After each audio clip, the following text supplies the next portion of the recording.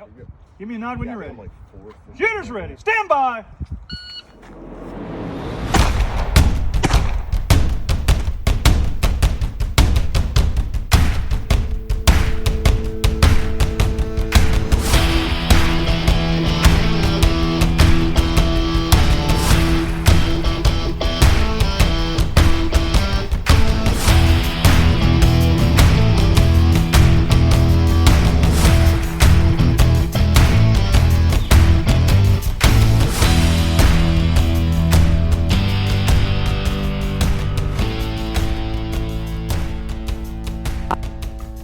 Hello, everyone. This is Matt Gunlock from the 3G IQ podcast. I'm joined here today with Frank Gow. He's a captain in the Marine Corps.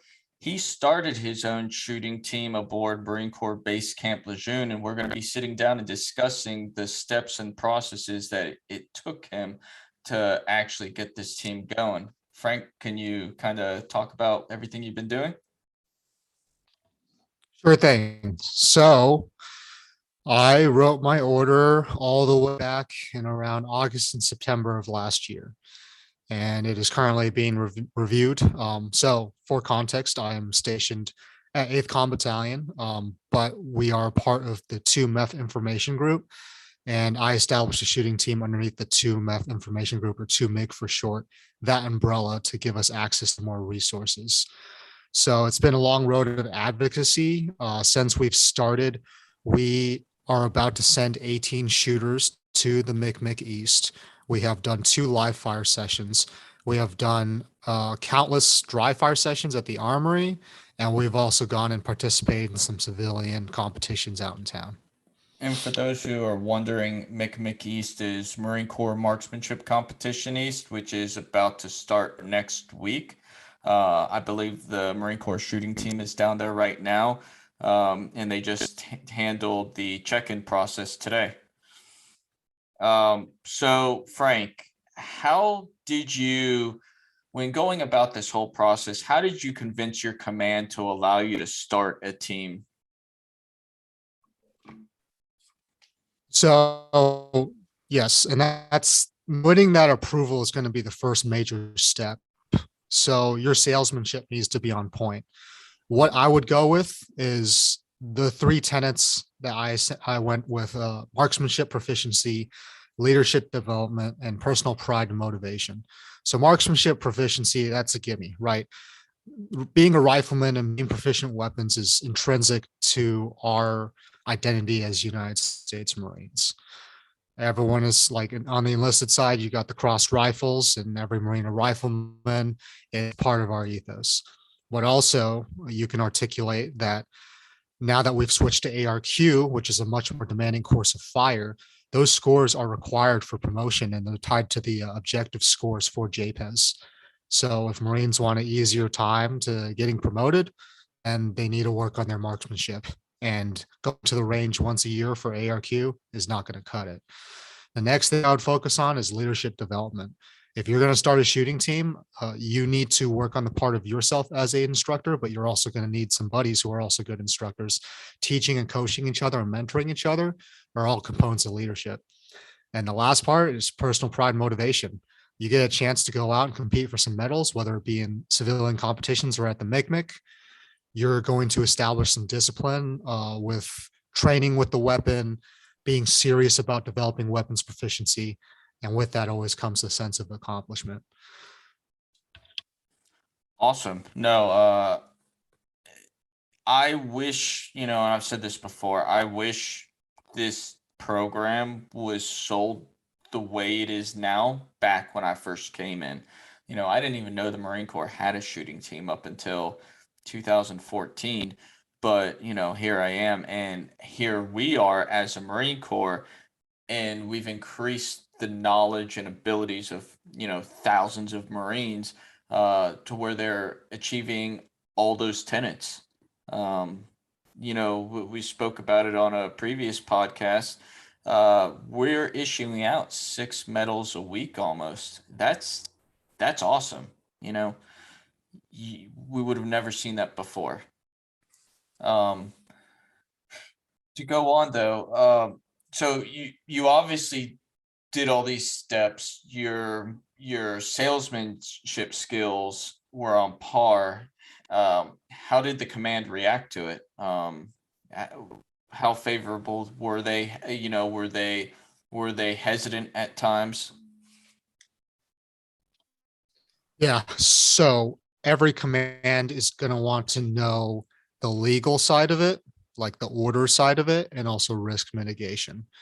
So in terms of the nitty gritty, the Marine Corps Order 5300 series, the physical security order, if you pull that up and you control F the word competition, you're going to find a clause in there that says that a commander can release up to 15 small arms and ammunition for competitions, training, etc. off base.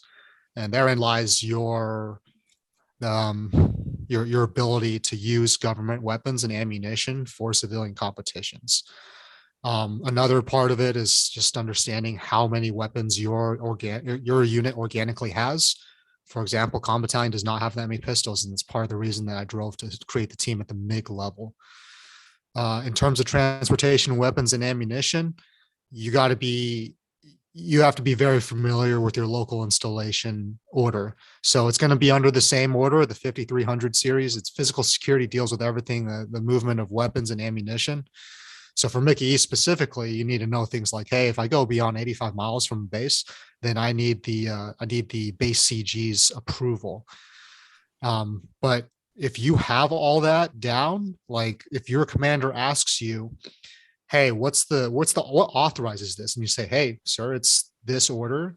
It's in this clause. I'm going to copy and paste it for you. And additionally, I have this RM. There's this match coming up. And I would like, here's the LOI in draft form. If I've already had the staff review it. If you do all that legwork, then it's going to be easier. You're going to give your boss an easier time saying yes to you. No, awesome. So you got it started. You have the CO's recommendation. You're approved. Resources. Obviously, it takes resources, logistical requirements in order to actually go out and train, compete, and have everything organized to where you can accomplish everything you're trying to accomplish. What did you do in order to meet those requirements? So the first thing is in the research phase, you kind of look at where like you want your first event to be, and then you got a back plan. So it's the Marine Corps. Everything has a lengthy timeline. Your ammunition request is going to take a long time. Requesting a Govy is going to take some time. You got to make sure that you have ammo tech and an ammo driver.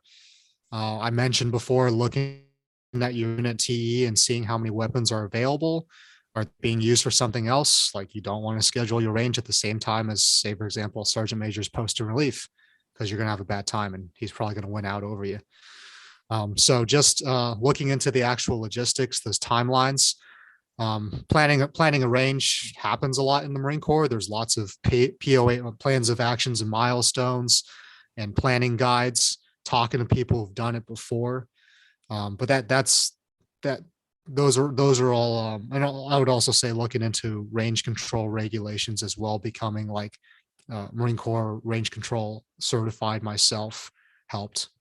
And I know like certain bases, well, most bases, like on the Marine Corps shooting team, I can schedule ranges 6 months out, no problem.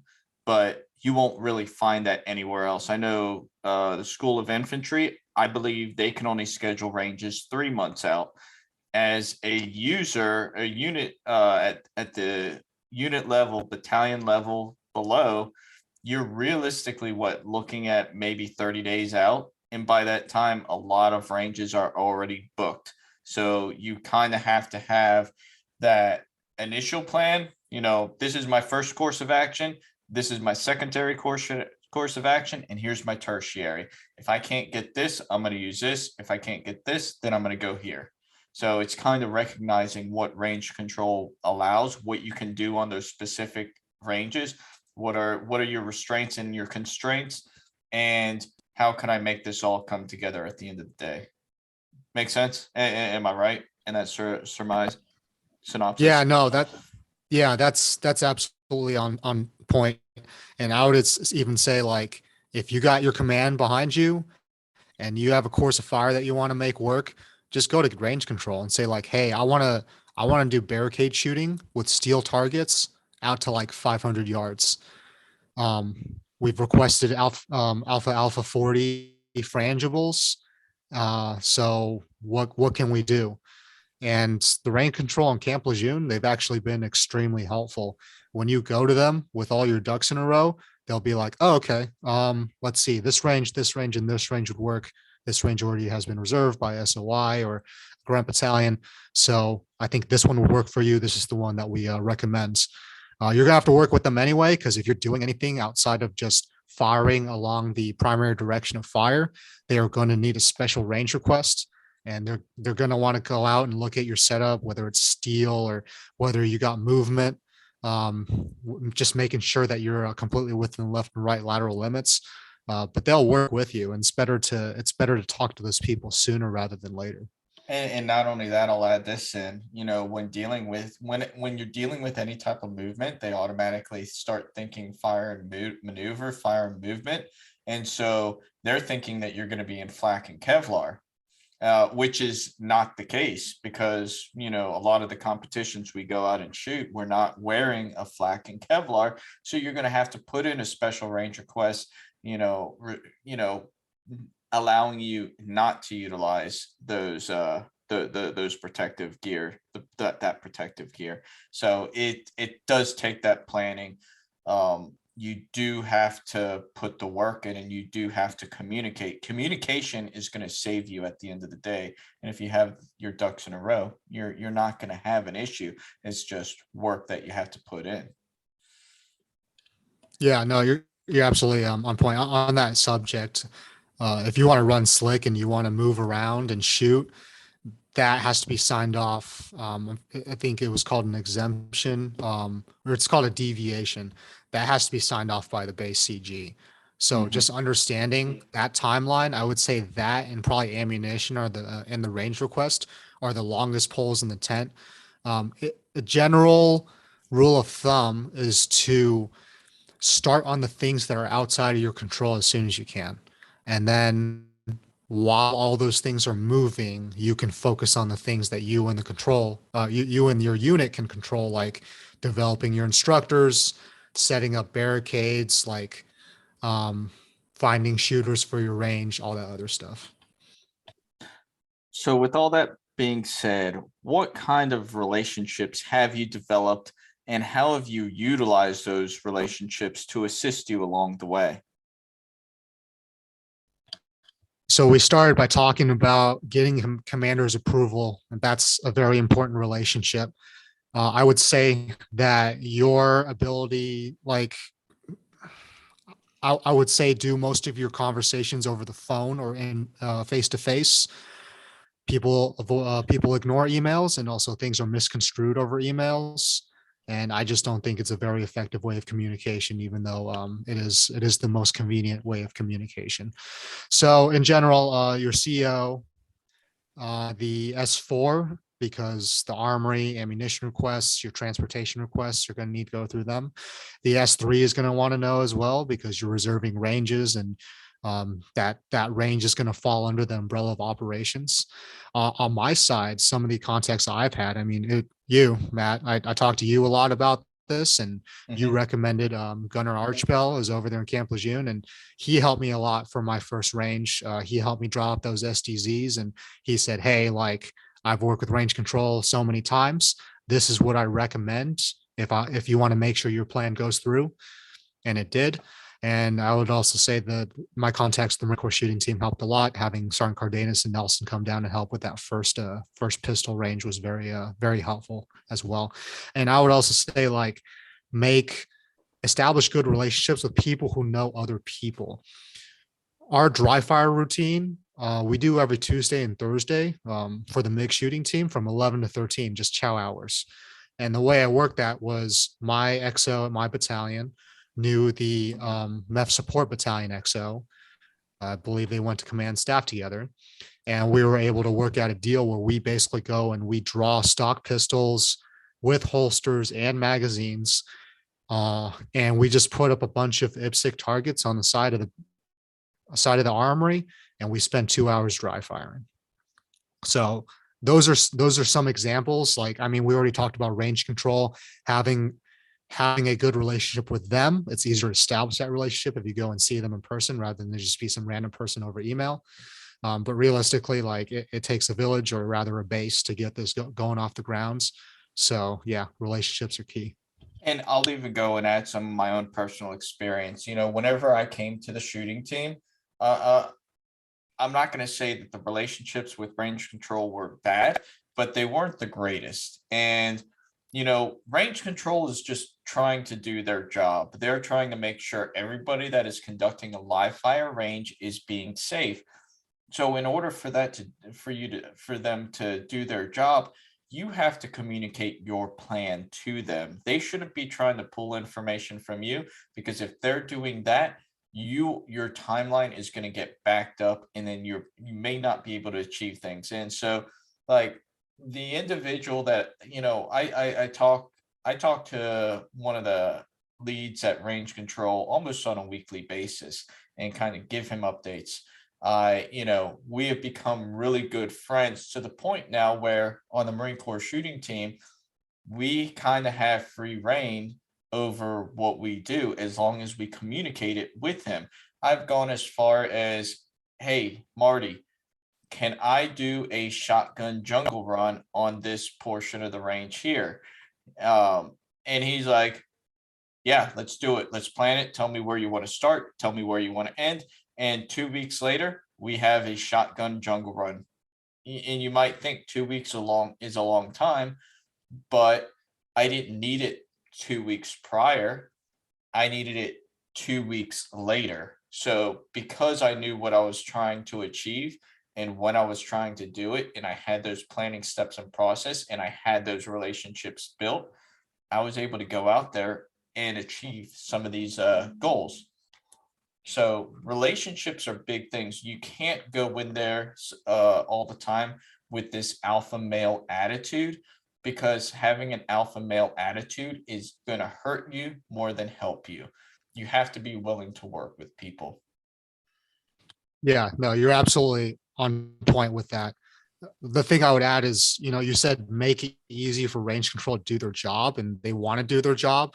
In general, people like our civilian counterparts and Marines themselves, they want to do their jobs. They want to see Marines succeed, and they want to see them go to the field. And they want to see them get good training.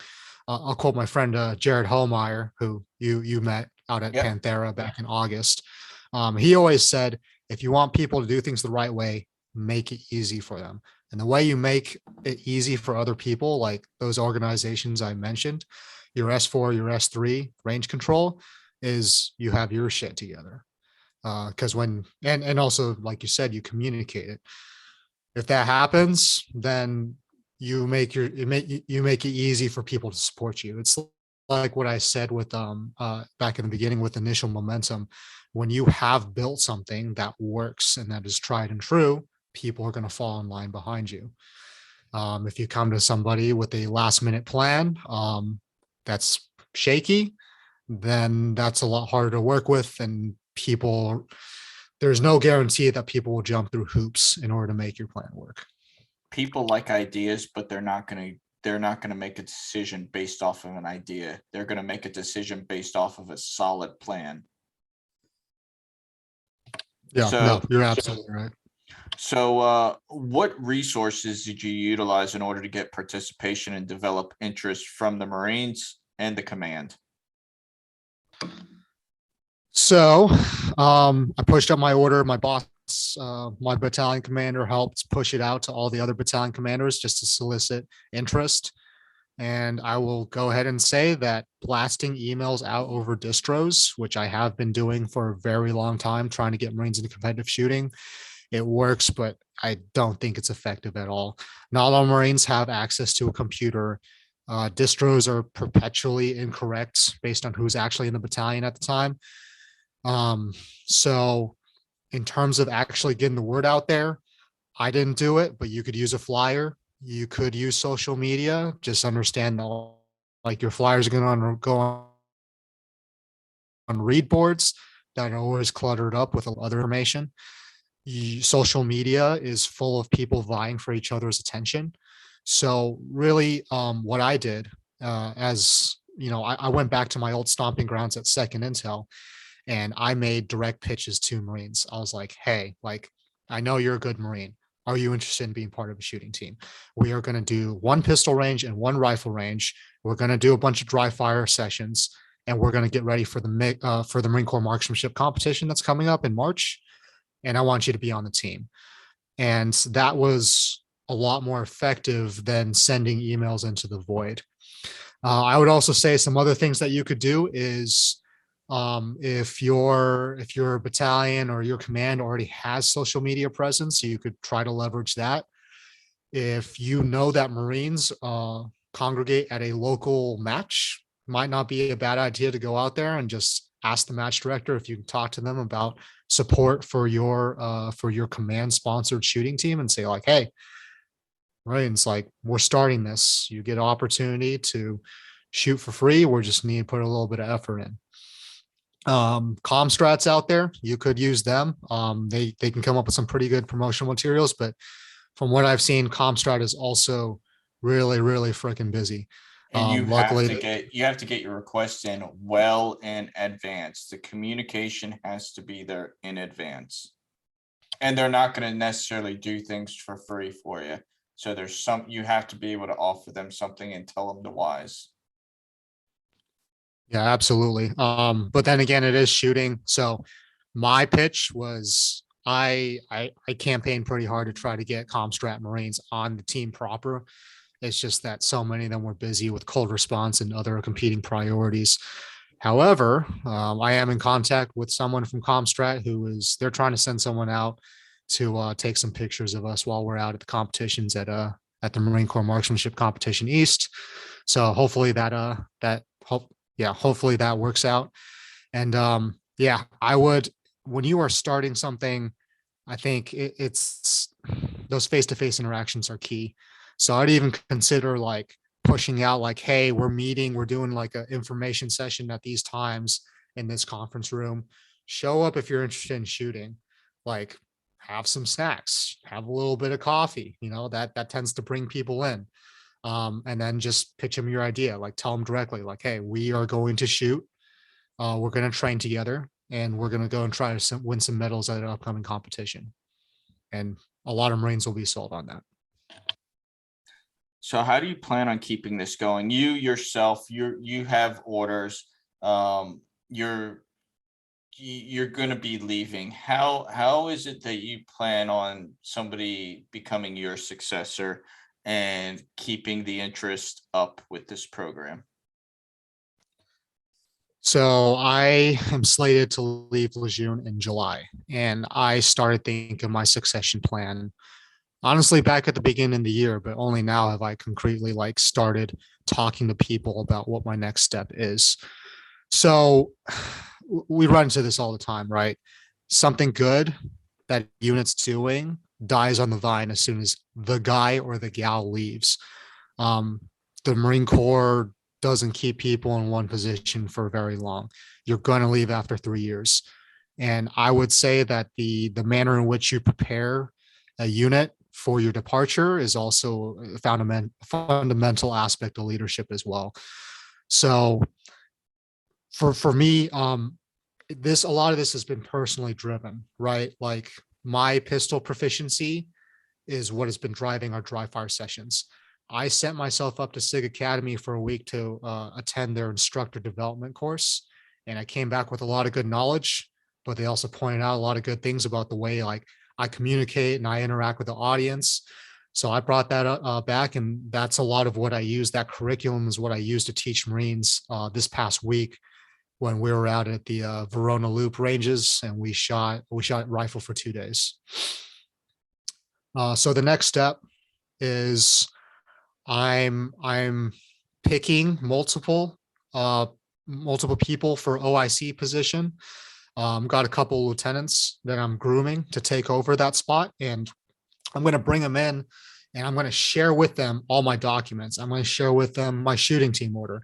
I'm going to share with them my range requests, my ammunition requests, all my timelines, like all this knowledge that I have about planning ranges and running this team has to go into these people so that they can continue without me.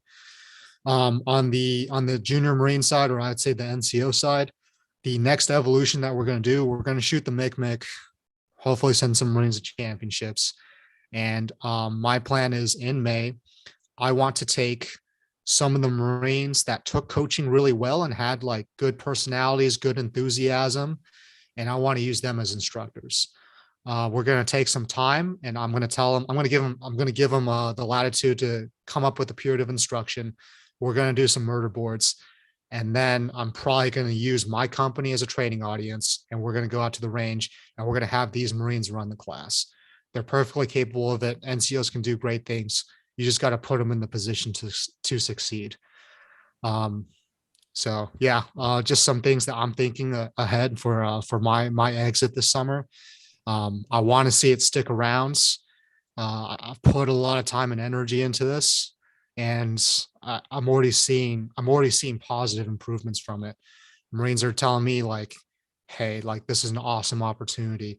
I've learned so much in like the last 3 months. I'm excited for this MIC. I'm excited to like test my skills, but I'm also excited for like this new sense of weapons proficiency that I can now carry on for the rest of my life. Like I know how to practice on my own. I know what to look for, and I know there's competitions out there that I can go attend and continue to like develop as a shooter. No, that's awesome. And I'm sure you, even after you leave, you're probably going to be kind of not necessarily keeping tabs, but calling and talking to those individuals that kind of took the reins of it, and just to see the direction that it's going, because at the end of the day, it's something that you are passionate about, and you want to see it succeed. No, absolutely. It's been a passion project, and I will definitely be looking back and checking up on Marines. And you and I were talking before this, and you mentioned like as an instructor, you form a bond with some of your students. Because you watch them overcome obstacles. You watch them do things that they honestly never thought they could do before. And that's a very special and unique kind of interaction. So yeah, I mean, I'm going to be in touch with many of the Marines on my shooting team, but also personally vested in its continued success because I'm the one who started it. No, that's awesome. So, I can't speak necessarily to Camp Pendleton. Never really been out there. I know they have the San Margarita Gun Club, so that is a place and opportunity that's on base to where you can go shoot competitions. But there are other places out there, and if you reach out to me personally, I could put you in contact with the right people to find civilian matches in the local area there in Camp Pendleton. Because they were people that were either on the team or were summer shooters on the team, and they still have that passion for going out there and competing. But Camp Lejeune itself does have a club in the area where you can compete at, but then there are multiple clubs between USPSA and 3-gun that you can go out and compete. It's just going to take a little dedication of driving, 2.5 hours at most, where you're going to have to go out and drive. Can you name some off the top of your head? Some of the clubs? Obviously, Zombie Shooters Association right there in outside of Camp Lejeune and in Hubert. Yeah. So off the top of my head, forget the name of the range. B&R Guns runs a USPSA and also CQB. They're up closer to Havelock. Clear Run Sports or Pineland Pistol Club, they operate out near Harrell's. That's Tony Cowden's range. So they run USPSA. That's actually Matt Beam is the match director for that. Right. He runs really good matches. If you go further out west in Raleigh, it's a 3-hour drive, but I'll make the drive because it's such a phenomenal match. But Sir Walter Gun Club runs probably one of the best matches. Like we get, I saw Major Hijack there at a few of those matches. So the fact that he will drive all the way down from Quantico to go to Sir Walter is a testament to how well run that match is. So lots of opportunities in Lejeune. Like Matt said, you guys, I mean, you'd have to travel, but get a few of your buddies, and that's a great way to bond with your fellow Marines. Like being stuck in a car together, that's one of your some of your best conversations come out. And a lot of those matches are USPSA matches. But if you're interested in 3-gun where you shoot rifle, pistol, shotgun, you have Carolina Guns and Gear, which it's about a 2.5 hour drive. It's in Franklinville, North Carolina, right outside of Asheboro.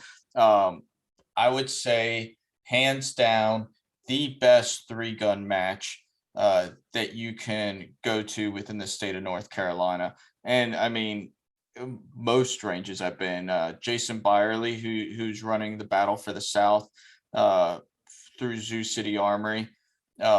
He is a genius when it comes to stage design. So you have that, and you generate some of the best 3-gun shooters in the entire country from that match.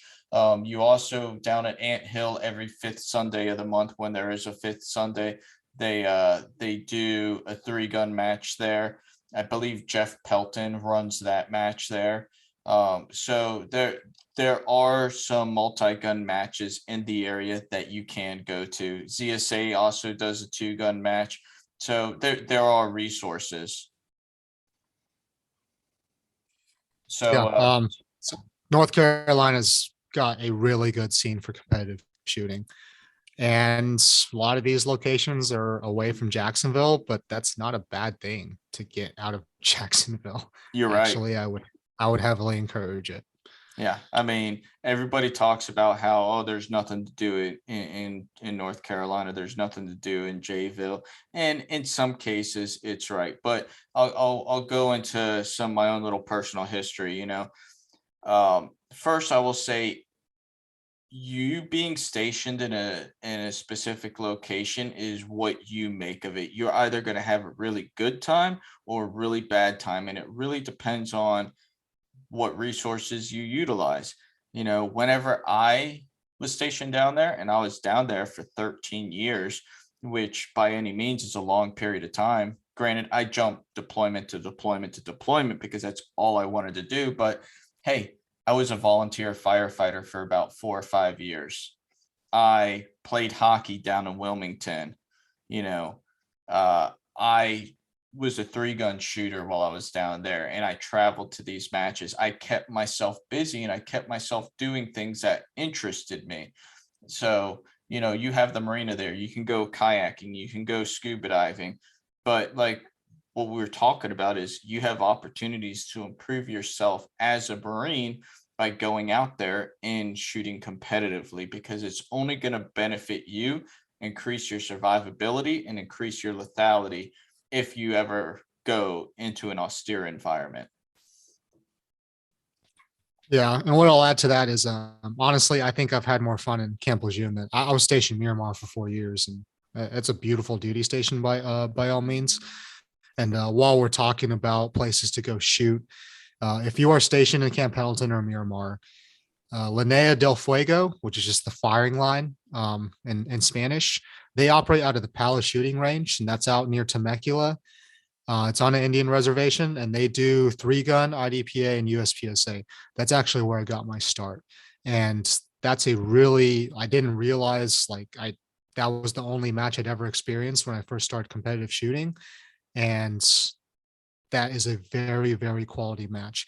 You wouldn't think it, but in California, the people that are into guns are really passionate about it, because the state has basically designated, like they all have common enemy. Not a fan of the state laws, and that kind of bonds the shooting community closer together. So that's a good time out there. But yeah, I mean, I get it. It's a good time drinking beers, playing video games in the barracks with your buddies. Having done a lot of that in my 20s, and having been like a sweaty tryhard in a lot of video games like Call of Duty, Destiny, whatnot, I had fun, but honestly, a lot of my most cherished memories were not from doing online raids or that kind of stuff. It's from going out and doing things, shooting competitions. And yeah, it's going to feel like I'm like ragging on video games specifically. I spent a lot of time playing them. And at a certain point, I realized like, hey, new game's going to come out and it's just going to wipe away my progress. I'd rather put my time into something that's going to last and that's going to carry over. So that's why I got into competitive shooting. So if you're interested, and if you're not stationed in Camp Lejeune or Camp Pendleton specifically, there's a website you can go to in order to find ranges, matches in your area, and that is called Practice Score. I'll put it in the show notes. All you have to do is register for an account. You don't get spam email. You don't get flooded with a bunch of crap. It's just a database to where, you know, it's a place to register for matches. It's a place to find matches, and it's a database to see what results your results from a match. That's all it is. And it's kind of revolutionized the shooting sports rather than just having to search for through Google and try and find it and not find it with any really good luck. But you can find matches month by month, months in advance to when you're even going to go out and shoot. So it's something that you can utilize to get out there and actually go out and shoot. So with everything that you've built, all the documents you've created, if Marines are wanting to actually create a team, those will be available to the masses, I assume. Absolutely. I'm not about to just put them on Dropbox and give them out to everybody. You got to ask for them, but I will absolutely give you the playbook. It's going to list the references, those Marine Corps orders I talked about before. I didn't go too far into them because if you're interested in starting your own shooting team, I will send you my order, and all the references are listed. They're all it's been through several revisions from multiple adjutants and S1 shops, so that order's pretty tight. I will give you like basically the entire playbook. The rest of the work will be on you to advocate to your commands, to identify the ranges, to identify how you want to put your team together, how you want to recruit, how you want to retain membership, how you want to screen membership, and what events that you want to go to, and what's your ultimate end goal. Like where is it just a way for Marines to get together and have a good time, or are you trying to go win some competitions?